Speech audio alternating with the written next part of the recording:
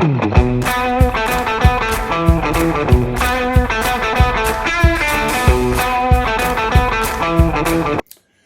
which oil do you recommend for the Vulcan S?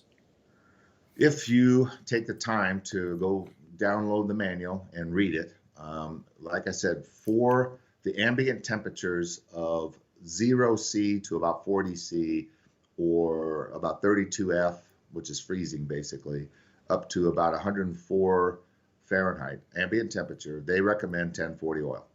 Now, if you're in Michigan, that's going to work just fine for you. Probably in Australia, California, places where it doesn't get that hot or sustained heat for long periods of time, that's going to work fine for you. If you're like in the southwest of the United States, Texas, Arizona, New Mexico, places where you actually get daytime temperatures that are sustained about 105, 110 degrees, you might want to check with your dealer, but according to the owner's manual, a 10W50 might be the weight of oil that you want to run, just because it protects a little better on the top end on those hot day conditions. Personally, and you and I have talked about this, I would never ride a motorcycle in 100-degree heat. That is, now I might get caught in it. I've been caught in it one time. I was on a motorcycle coming back from Vegas, and it was 110 degrees running through the desert there in California at Baker. That was hot. I'm telling you, that's hot. So you might get caught in that.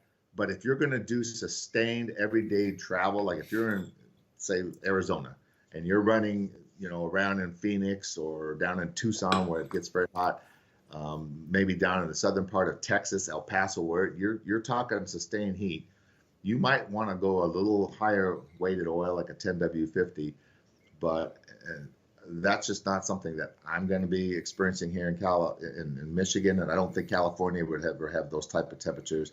And what you've told me about Brisbane, you get up around into the 90s, but that a 10W40 will do you just fine. Well, can I say when I was running in my bike, there was what Kawasaki said in their manual, and then I heard a whole variant amount of opinions. So there wasn't much information about running in braking the Vulcan S. What have you been able to find out with your research, Alan? My research basically comes from 20 plus years of mechanical background and the rest of it. And for me, I kind of followed the Kawasaki recommendation. I know that you and I have talked about this before. Your dealer told you to ride the bike moderately, whatever that means, for a definition.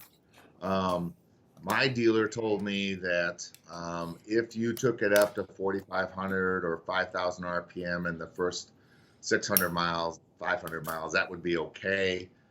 Just don't hold it at constant speed, and be mindful of, engine RPMs and that stuff. Okay. Basically, for me, and what I understood from years of whatever, is that the Kawasaki Vulcan engine is a mixture of a lot of different types of metals, aluminums. There may be some alloys in there. There's obviously some hardened steels in your transmission and whatnot. And all of those metals have a different rate of coefficient of expansion, if you will. So as they heat up, they'll expand differently, and so they'll mate differently. And so for me, and in everything that I've ever done, I've always been mindful of, and this is what kind of got us on this conversation, of heat sinking, meaning that you start your engine, you let it warm up, and then you and if it's a brand new bike, mine only had like 0.9 miles on it. There's a lot of other things that have to get broken in. The tires need to be kind of worn in a little bit. The clutch, needs to be worn in a little bit to get full effectiveness. The brakes the same way. So you really want to be mindful of all of those different things mechanically working on that motorcycle. And so what I did is for the first 50 miles or so, I really was mindful of the RPMs. 4,000, I never lugged it. And when you ask about lugging, put your motorcycle in third or fourth gear and try and take off on the from a stop. You'll feel the engine kind of really hurting. That's lugging. You don't want to do that. That's bad for it. That puts a lot of pressure on things that you don't want.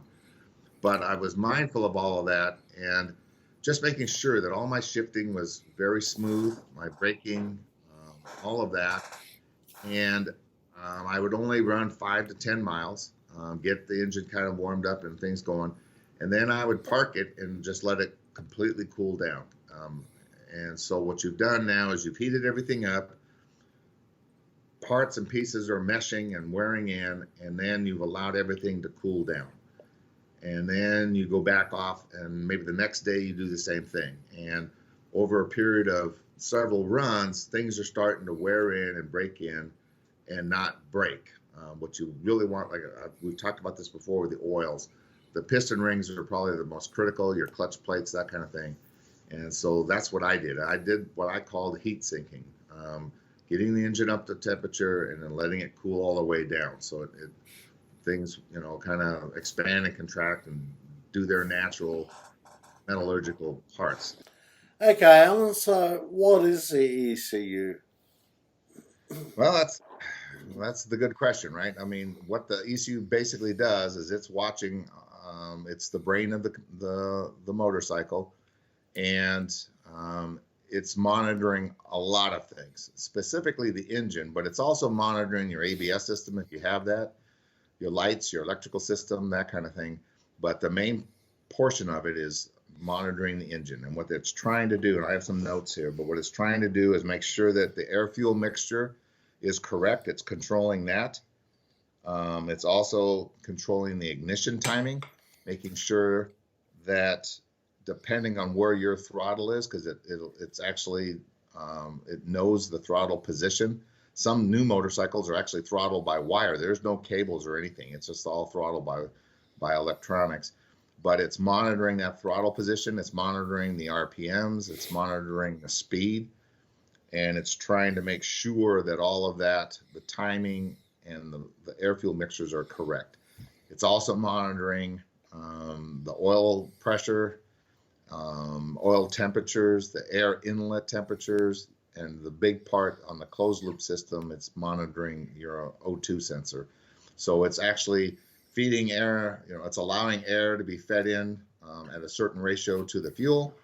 It's timing it so that based on throttle and speed, it's timing it so that it's sparking at the right point. And then that goes out the exhaust, and then it's reading whatever those components are in the exhaust system and then making microsecond adjustments all the time. And so that's basically what the ECU does. And the good news is you'll actually get better metering of the fuel and the air. You get good throttle response. It's more responsive. So those are the positive parts of that. You don't have to. It's basically you set it and forget it. You don't have to mess with any of that because the ECU is controlling it. The disadvantages, obviously, the ECUs are expensive, and they can be difficult to work on or figure out if your Vulcan S or any motorcycle's throwing engine codes. Just like with cars, you'll get that little orange light. It'll tell you that something's not right within the system. Now you have to start discerning what that is, and it could be a myriad. One code doesn't necessarily mean one thing. One code could be a potential of a list of things that are going awry within the engine. So those are some of the disadvantages, if you will. So the ECU is a computer, isn't it? And it's got a circuit board. That's correct. You have a picture of that, and if you look at the ECU board, the picture is a generic picture, but it just looks like a printed circuit board, much like what you would see in a desktop or a laptop. It's like the motherboard, your sound card, your video card. It's designed such to handle just certain parameters. There's transistors, capacitors, and other things. They're all soldered in place, and it's pretty, if you will, basic from an electronic standpoint.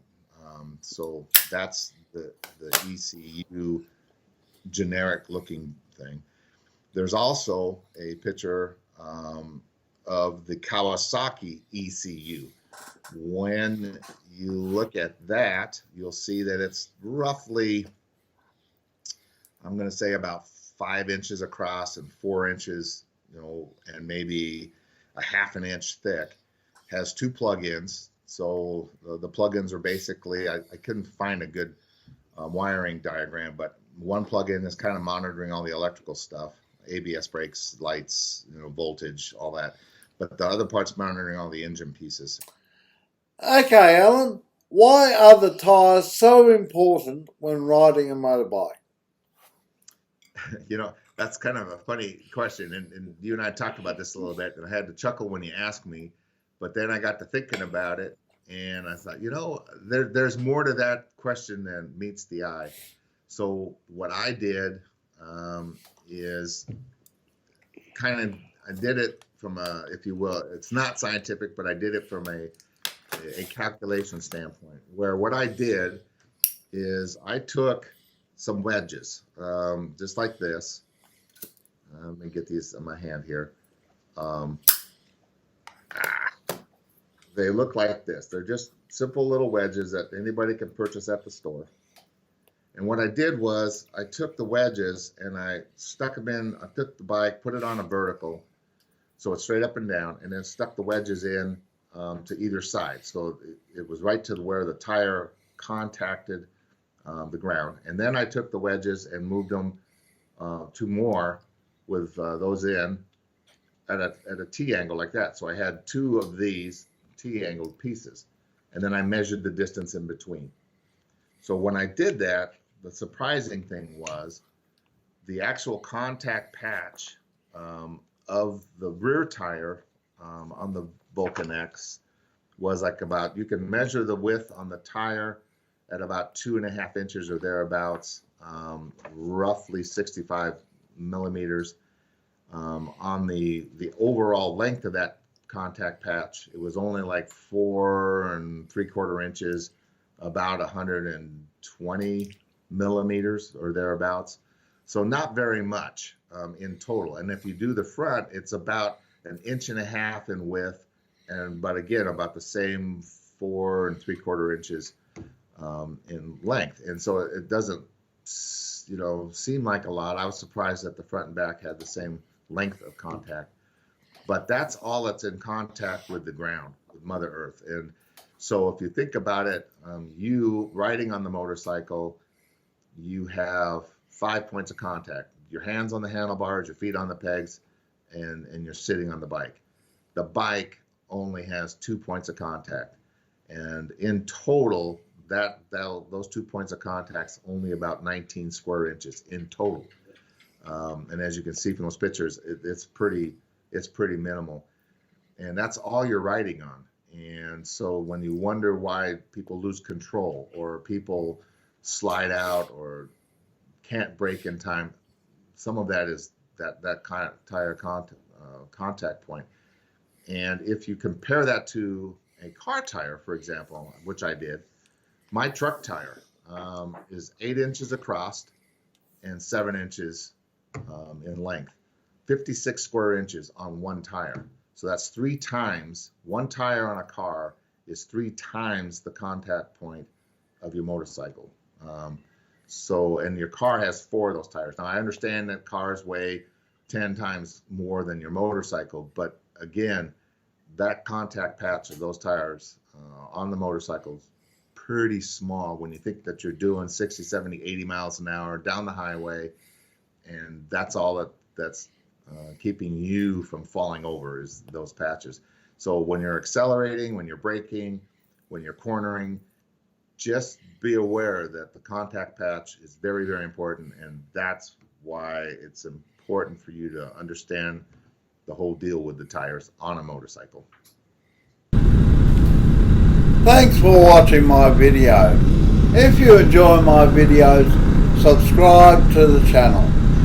The Quacker John Vulcan S show is on every Friday night at 10 p.m. Brisbane, Australia time. You are most welcome to join in.